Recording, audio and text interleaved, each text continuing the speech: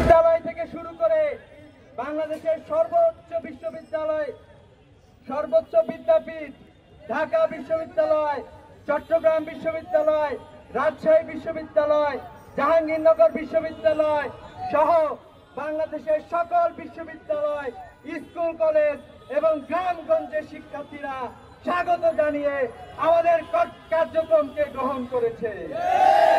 আপনারা দেখবেন এরই ধারাবাহিকতায় বাংলাদেশের ছাত্র সমাজ ডাকসু থেকে শুরু করে এখন পর্যন্ত সংগঠিত প্রত্যেকটি ছাত্র সংসদ নির্বাচনে ইসলামী ছাত্র শিবিরকে বিপুল ভোটে বিজয়ী করেছে।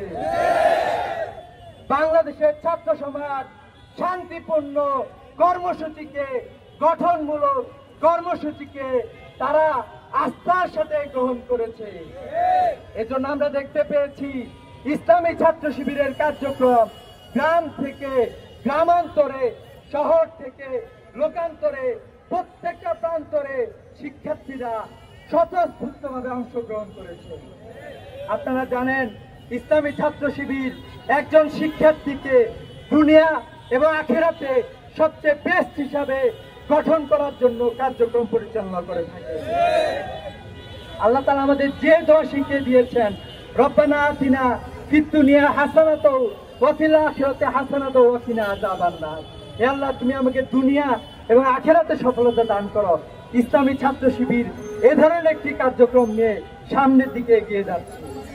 ইসলামী ছাত্র শিবির যেমন বাংলাদেশের সকল শিক্ষার্থীকে যারা এবছর A+ পেয়েছে তাদেরকে সংবর্ধনা দিয়েছে, একইভাবে যারা কোরআন পড়তে পারে না, যাদের কোরআনের জ্ঞান নেয়ার আগ্রহ আছে কিন্তু তারা সেই সুযোগটা পায় না, তাদের জন্য বাংলাদেশের প্রত্যন্ত অঞ্চল থেকে শুরু করে বিশ্ববিদ্যালয় পর্যন্ত আপনারা দেখবেন ইসলামী ছাত্র শিবির কোরআনের কর্মসূচি গ্রহণ করেছে।